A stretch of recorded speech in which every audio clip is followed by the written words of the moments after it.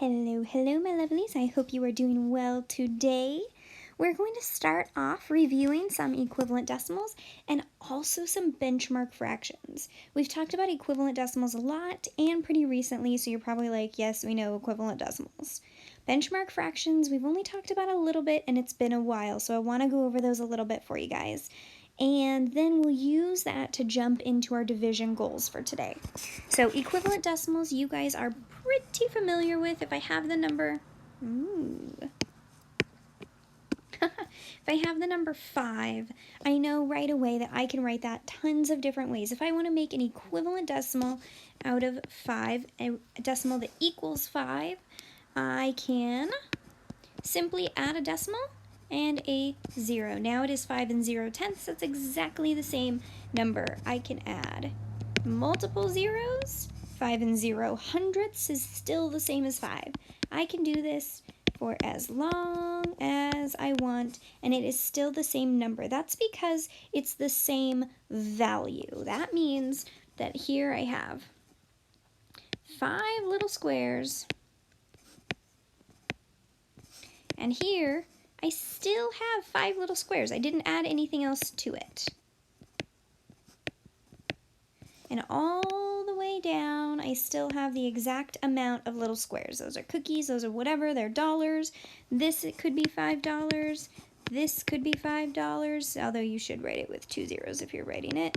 More like that one would be $5. But really, the idea here is that we can add a decimal and as many zeros as we want to any number, and that is going to be a vital, super important strategy when we get into dividing with decimal quotients. That means our answers are going to have decimals in them. All right, now you might be thinking like, what is this deal with benchmark fractions? Why are we going on this curveball? You guys know when we do division that we can always write our division sentence as a fraction. So I want to show what some of that means with benchmark fractions. So 1 divided by 2, written as a fraction, write it down, is 1/2. That's 1/2. You might already know this one, but how can we write this number as a decimal? Alrighty, so here is what we need to think about. We can do this a couple of different ways. We can divide 1 by 2.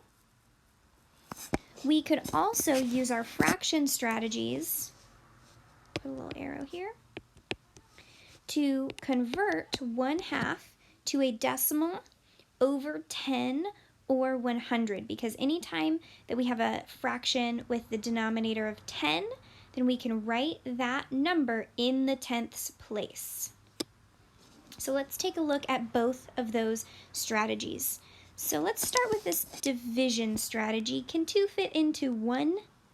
Definitely not. 0 times. So what that means is I need to extend my little house. I need to make an equivalent decimal here. So I need to put my decimal point and a 0. Now, same value, but my number has more digits. Now I can ask myself, first, what do I need to do when I create this equivalent decimal to my quotient?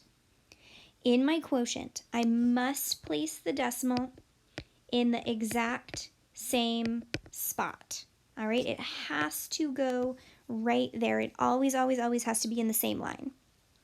Now, I can look at this instead of asking how many times can 2 fit into 1, I can say, well, how many times can 2 fit into 10?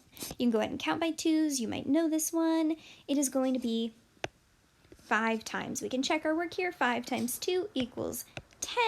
Do our quick subtraction. Nothing left. Now remember, I said 5 times 2 equals 10, blah, blah, blah. What I really was doing here, and what you guys are going to be doing too, is 5/10 multiplied by 2 is actually equal to 1 there. The reason we talk about it without that decimal and we just call it a 10 and just call it a 5 is it's way easier. We have a ton more practice doing that, and we already have our decimal placed there. So this shows us that our answer is going to be 5/10. Let's take a look what that looks like in fraction form. If we want to make this fraction equal to a fraction over 10, what do we multiply 2 by to get to 10? We're going to multiply it by 5. 2 times 5 equals 10, and whatever we do to the bottom of our fraction, we must do to the top of our fraction. That means 1 times 5 equals 5. Here is your equivalent fraction. 1 over 2 is the same as 5 over 10. Half, half. Beautiful. Now we know that any fraction written over 10 immediately tells us that we have a number in the tenths place. Here's your ones. Here's your tenths. So that tells us right away that this number goes in the tenths place. It's equal to 5/10. It's important to know both of these strategies because not all of our numbers are going to be able to be multiplied to a 10 or 100 easily. So we want to know both of these strategies, but these are two different ways that we can look at some of this work here. We could also do this with hundreds or hundredths if we wanted to.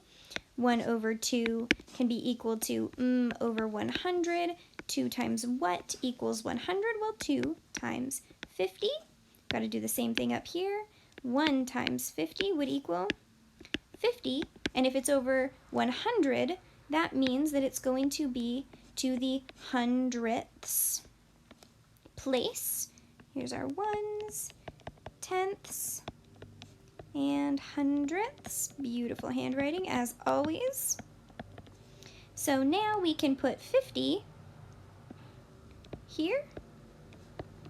And this actually reviews our equivalent decimals, right? We know that 5/10 is equal to 50 hundredths. They're exactly the same number. So these are a few different ways to look at this, and this is a benchmark fraction. Half of anything is always going to be equal to 5/10 or 50 hundredths.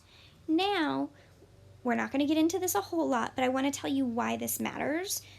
As you go forward, you guys have heard of percents. You guys know what percents are. It tells you how much of something there is. And percents are directly related to all of this work here. So a percent is just a decimal multiplied by 100. And it means that we're just turning something, we're saying how much per cent, which per always means this fraction bar here. So a percent, let's highlight in yellow. Let's highlight this one right here. Percent, cent means 100. Think about how many pennies or cents are in a dollar, 100. This says 50 over 100. So there are 50 out of every 100 things right there, and that's half. And in order to find the percent, we just multiply this equivalent decimal by 100, and that equals, we move this decimal over 2 places, 50%. So we're not going to get any deeper into percents than that, but I just want you guys to see why understanding some of these benchmark fractions and being able to convert your division into a fraction and a decimal is going to be really, really important. I'm going to clean up my space here, and we're going to look at a couple more division sentences. Alrighty, let's look at a couple more benchmark fractions. We'll go through them kind of quickly. Use this purple. Alright, so 1/2 is definitely a benchmark fraction. Another benchmark fraction is 1/4 or 1 over 4. So 1 over 4 is the same as 1 divided by 4, which means that we can also write it as 1 divided by 4, or we can convert this fraction into something over 10 or 100. Now, you're probably already looking at this fraction and saying, well, I can't multiply 4 by anything to equal 10. So that is going to tell you right away it has to be over 100. And that's why, exactly why it's important to know this division strategy as well. So let's start here. How many times can 4 fit into 1? A big ol' 0, 0 times. So we immediately need to make an equivalent decimal. There we go. How many times can 4 go into 10? Well, we got 4, 8, 12. It can't be 3 times. That would be 12. Let's go 2. Make sure we get our decimal in there in that quotient. 2 times 4 equals 8. Do some subtraction here. Remember, this is really 2/10 times 4 equals 8/10. When we subtract, we're going to have 2. And we know that 4 cannot go into 2 any times. Does that mean we put a 0 up here and move on with our lives? Are we going to put a remainder? We're not going to put a remainder because we're already solving our exact quotient using decimals. So we just need to add another 0 and lengthen out our equivalent decimal. So we know 1 equals 1 and 0 tenths. It also equals 1 and 0 hundredths. So now I can drop this 0 down and say, well, how many times does 4 fit into 20? You guys know this from your multiplication facts. It's going to be 5. 5 times 4 equals 20. Very nice. Remember, this is really 2/10 because those are equal.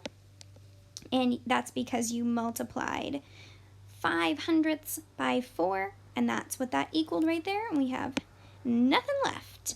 So now we can double check here, thinking in your head what number we can multiply by 4 to get 100. That might feel kind of big. Think about quarters. $1 is 100 cents. What can you fit 4 of in a quarter? It's going to be 4 quarters, and a quarter is 25 cents each.